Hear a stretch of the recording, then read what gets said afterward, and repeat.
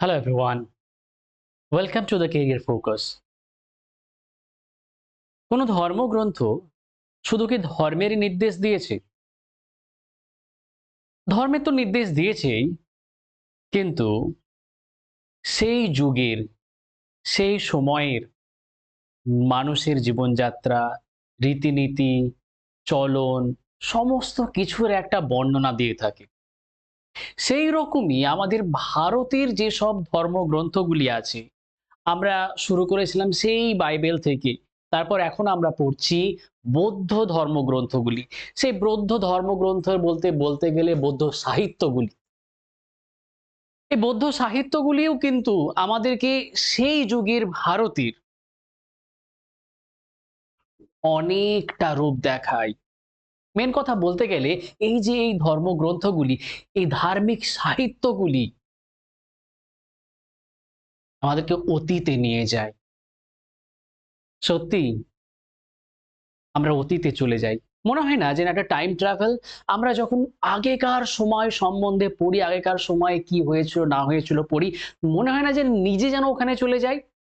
হ্যাঁ, in our imagination আমাদের কল্পনায় আমরা ওখানে চলে যাই। সো আমরা ইতিহাসের উৎস পড়ছি। ইতিহাসের উৎস আমরা কোথা থেকে, কিভাবে আমরা এই ইতিহাসগুলোকে গড়ে তুলেছি, সেটাই আমরা জানছিলাম। সেই জানার মধ্য দিয়ে আমরা পৌঁছে গেছি এখানে, এই বৌদ্ধ সাহিত্যের ভেতরে। দেখো, এই বৌদ্ধ সাহিত্যে আমরা যেটা জেনেছিলাম যে সংস্কৃত ভাষার সাহিত্য কোনগুলো, আর একটা পালি ভাষার সাহিত্য। মেনলি বৌদ্ধ সাহিত্যকে লেখা হয়েছে পালি ভাষাতেই, কিন্তু পরবর্তীকালে এটা সংস্কৃত ভাষায়ও কিছু সাহিত্য আসে বৌদ্ধদের। সেই বৌদ্ধ সংস্কৃত ভাষায় সাহিত্যগুলি আজকে আমরা সেগুলো জানবো। সেগুলো কি কি চলো আমরা দেখে নিই। সেগুলো কি কি আমরা জানবো, কি রকম ভাবে আমরা জানবো যে সেই লেখকগুলি কারা ছিল, সেই লেখকগুলি যারা লিখেছিলেন তাদের নাম অনুযায়ী।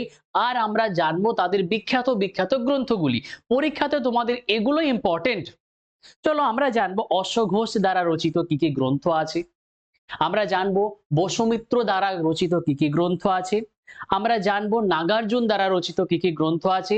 আমরা জানবো বুদ্ধ ঘোষ দ্বারা রচিত কি কি গ্রন্থ আছে। এই সমস্ত গ্রন্থগুলি আমরা জানবো আজকে এই ক্লাসে। সো চলো তোমরা আমার সঙ্গে একদম সম্পূর্ণটা জানার জন্য। এগুলো ইম্পর্টেন্ট আছে বিকজ আমরা এগুলো জানছি যে এগুলো ইতিহাসের উৎস হিসাবে আসে। তো পরীক্ষাতে আমাদের এটা ইম্পর্টেন্ট যে কোন রাইটার কোন বই লিখেছিল, আর এটা কোন ভাষায় এসেছিল, কোন ভাষায় ছিল। আমরা জানলাম পালি ভাষা, সংস্কৃত ভাষা। আমরা এখন পড়ছি সংস্কৃত ভাষায়। আর সংস্কৃত ভাষা আমরা কি কি পড়বো? অশ্বঘোষ, নাগার্জুন, বসুমিত্র আর বুদ্ধ ঘোষ। ঠিক আছে, চলো আমরা এবার দেখি অশ্বঘোষের রচিত কি। অশ্বঘোষ উনি রচনা করেছেন কোন কোন সাহিত্য?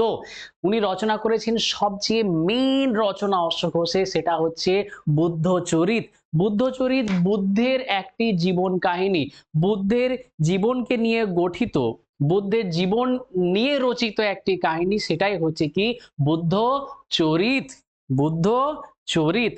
তাছাড়া আরো অনেক কিছুই লিখেছেন উনি, সেগুলো আমরা জানবো।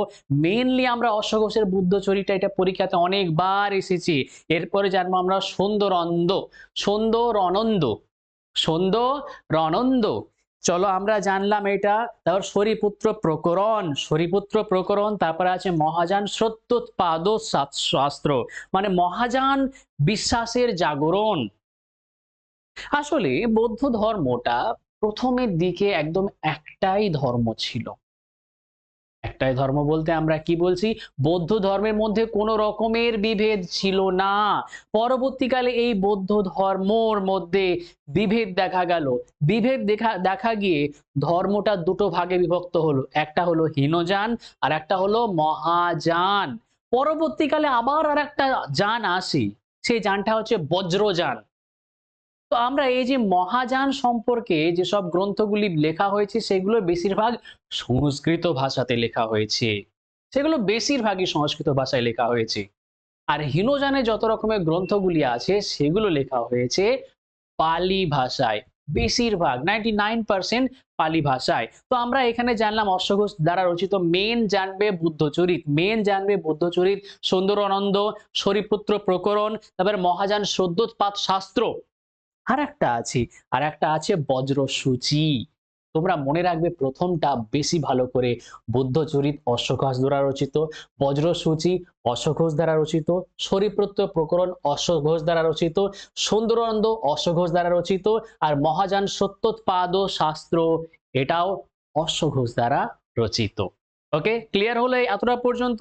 বাস এই যে বই কে লিখেছেন সেটা আমাদের জানা, কোন ভাষায় লেখা আছে সেটা আমাদের জানা, এটাই ইম্পর্টেন্ট, এটাই সবচাইতে বেশি ইম্পর্টেন্ট। ওকে,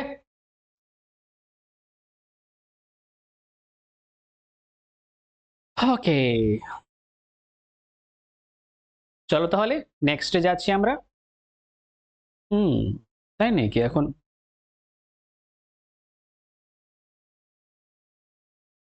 ও গ্রেট। আচ্ছা হ্যাঁ, অশ্বঘোষদার আর একটা রচিত বই আছে, সেটা হচ্ছে সূত্রালঙ্কার। সেই রচিত বইটা হচ্ছে সূত্রালঙ্কার। ওকে, তো আমরা জানবো প্রথম দুটো, বুদ্ধচরিত, সুন্দরানন্দ, সূত্রালঙ্কার জানবো, শরীপুত্র প্রকরণ জানবো। এটা অশ্বঘোষ দ্বারা রচিত, অশ্বঘোষ দ্বারা রচিত। এটাও আসে যে কোন ধর্মের সঙ্গে রিলেটেড এই গ্রন্থগুলি, বৌদ্ধ ধর্মের সঙ্গে রিলেটেড। তাহলে কি ধরনের কোশ্চেন আসে? বইগুলি কার দ্বারা রচিত, লেখকের নাম, বইগুলি কোন ভাষায় রচিত, বইগুলি কোন ধর্মের সঙ্গে সম্পর্কিত। কোন ধর্মের সঙ্গে? অবশ্যই আমরা বৌদ্ধ ধর্ম পড়ছি, তো বৌদ্ধ সাহিত্য পড়ছি, বৌদ্ধ ধর্মের সঙ্গে রিলেটেড। চলো নেক্সট আমরা জানবো বৌদ্ধ ভাষায় যে সাহিত্য সেটা বসু মিত্র দ্বারা রচিত সাহিত্য। বসু মিত্র কি কি সাহিত্য রচনা করেছেন সেগুলো আমরা জানবো। বসু মিত্র রচনা করেছেন সবচেয়ে মেইন জিনিস, সেটা হলো মহাবিভাষা।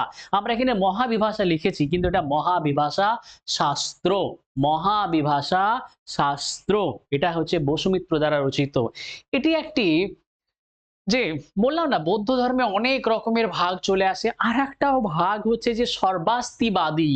সর্বাস্তিবাদী ধর্ম না, এটা আবার অভিধর্ম। ধর্মের ভিতরে আবার ধর্ম, কেউ মহাযানে বিশ্বাস করে, কেউ হীনযানে বিশ্বাস করে, কেউ বজ্রযানে বিশ্বাস করতে লাগলো। কিন্তু এই সর্বাস্তিবাদী মানে কি? সবকিছুতে বিশ্বাস, এটাকে বলা হচ্ছে সর্বাস্তিবাদী। এই সর্বাস্তিবাদী অভিধর্ম চলে আসে। এই সর্বাস্তিবাদীদের সবচেয়ে বড় গ্রন্থটা কি? মহাবিভাষা শাস্ত্র, যেটা লিখেছেন বসু মিত্র। বসু মিত্র। নেক্সট আমরা জানছি এবার, নেক্সট আমরা জানবো নাগার্জুন দ্বারা রচিত গ্রন্থ। নাগার্জুন, নাগার্জুন, নাগার্জুন দ্বারা গঠিত গ্রন্থ হচ্ছে মাধ্যমিক কারিকা। মাধ্যমিক কারিকা। এটা কি বলা হয়? এটা মধ্যম পথে বলা হয়, না তুমি খুব উগ্র হবে, না খুব নম্র হবে, মধ্যম পথে চলো। কি পথে চলো? মধ্যম পথে চলো। এই মধ্যম পথের সন্ধান কে দিয়েছে? এই মাধ্যমিক কারিকায় দিয়েছে। অবশ্য বৌদ্ধ ধর্ম মধ্যম পথের কথাই বলেছে, জীবনকে চলার জন্য, জীবন যাপন করার জন্য, সবকিছুর মধ্য দিয়েই। আরেকটা হচ্ছে আমরা মনে রাখবো নাগার্জুনের মাধ্যমিক কারিকা বা হ্যাঁ মাধ্যমিক কারিকা। আর আরেকটা হচ্ছে এই যে প্রজন পরিমিতা কারিকা, প্রজন পরিমিতা কারিকা। এটা আমাদের এত মনে রাখলে না চলবে, কিন্তু সবচেয়ে বেশি ইম্পর্টেন্ট যেটা পরীক্ষাতে চলে এসেছে সেটা হচ্ছে মাধ্যমিক কারিকা। নেক্সট আমরা দেখব, নেক্সট আমরা যেটা পড়ে থাকলো একদম শেষ, সেটা হচ্ছে বুদ্ধ ঘোষ। বুদ্ধ ঘোষ দ্বারা রচিত হচ্ছে বিশুদ্ধিমগ্গ আর অটকথা। সো এই দুটো আমরা জিনিস জানলাম, বিশুদ্ধি মগ্ধ আর অটকথা। বিশুদ্ধিমগ্গ আর অটকথা, এই ছিল আমাদের সংস্কৃত ভাষায় রচিত বিভিন্ন লেখক দ্বারা রচিত ধর্মগ্রন্থগুলি বা বৌদ্ধ সাহিত্যগুলি। আমরা সেগুলো জানলাম এই ছোট্ট একটা ভিডিওতে। আশা করি তোমাদেরকে ভিডিওটা ভালো লেগেছে। যদি ভিডিওটা ভালো লাগে তাহলে অবশ্যই লাইক করো, শেয়ার করো, সাবস্ক্রাইব করো। চলো আবার নেক্সট ভিডিওতে তোমাদের সঙ্গে দেখা হচ্ছে।